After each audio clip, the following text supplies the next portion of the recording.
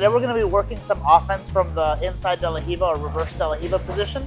It's kind of assuming that you know the traditional off balances and traditional attacks from there.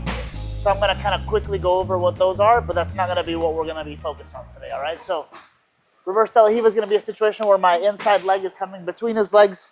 I'm trying my best to wrap my shoelaces around his thigh, and I have a grip on his ankle here, whether it be a straight grip or a scoop grip.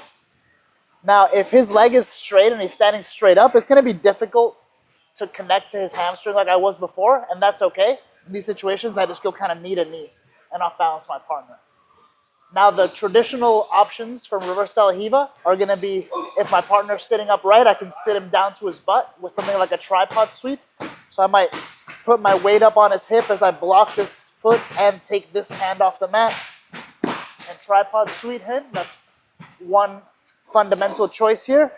If he's trying to drive his knee through and put his weight down, now it's going to be much easier for me to get this shoelace on his thigh, right? And it's going to be way easier for me to off balance him in this direction. I could either step on the mat and bridge off the mat or come back, or I could go foot under foot like this. I put both my feet together and I off balance him forward, and I'm trying to spin under. And from here, I'm underneath my partner. I can go for his back. I can go for sweeps, or I could go for leg locks. The other kind of fundamental option from here is going into the far leg. So situations where I invert through and collect this far leg. That's going to be like the traditional attacks from reverse de la Riva and kind of the foundation that we're going to build the attacks we're doing today off of, all right? Our fundamental attacks are going to be if he's straight up, I look to sit him to his butt in some sort of way. If he's giving me his weight, I look to off balance him forward and spin underneath and get underneath him. Then I can attack him from here at will. I could look to invert and attach to his far leg and attack that far leg, right? That's not the focus today. Today we're going to do some more advanced stuff from there. One thing I like to do when my partner isn't really giving me his weight and he's kind of playing at a distance is I'll come up to meet him. If he's not coming down to meet me, I'll roll up on my shoulder and come up to meet him with pressure. I might put my shin or my foot on his hip here.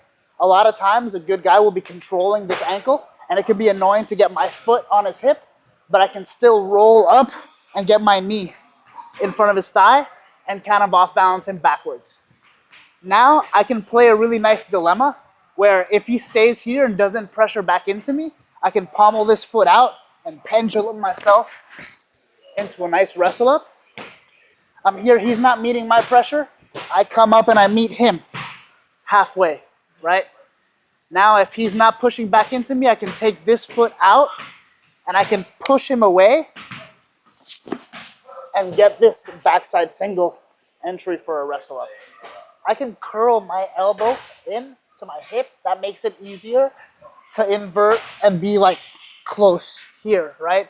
What I like about meeting him halfway here is that if he ever puts pressure into me, I can kind of use my spine to withhold this pressure.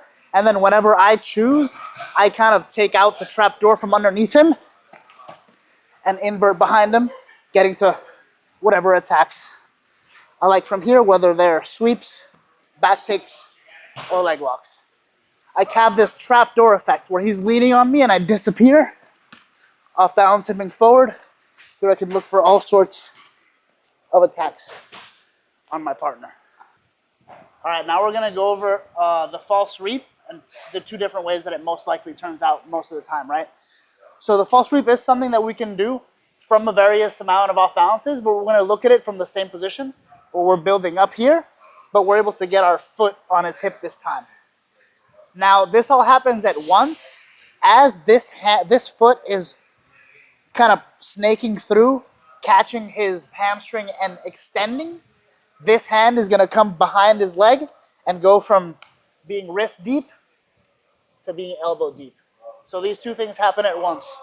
I roll up on my shoulder, I go wrist deep in this hand, and then as I shoot, everything comes deep. I go elbow deep and hamstring deep. And this hand is this leg is extending, right? Now this is where it could go one of two ways.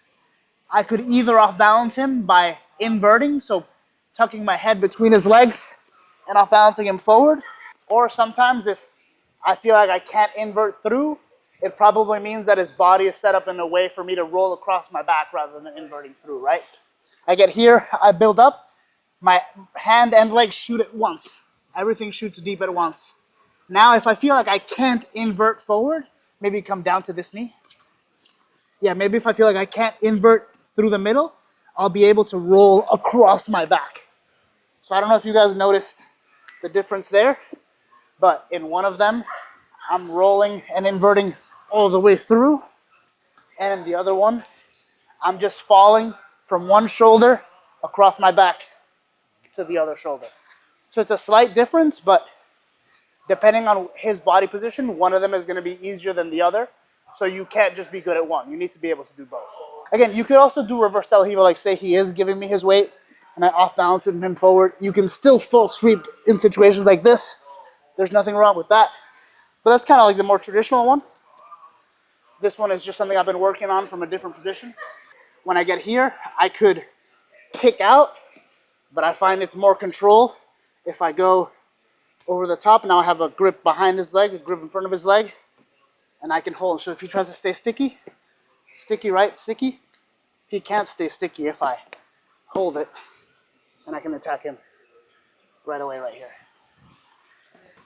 All right, this last one has become one of my favorite options from reverse Telehiva lately.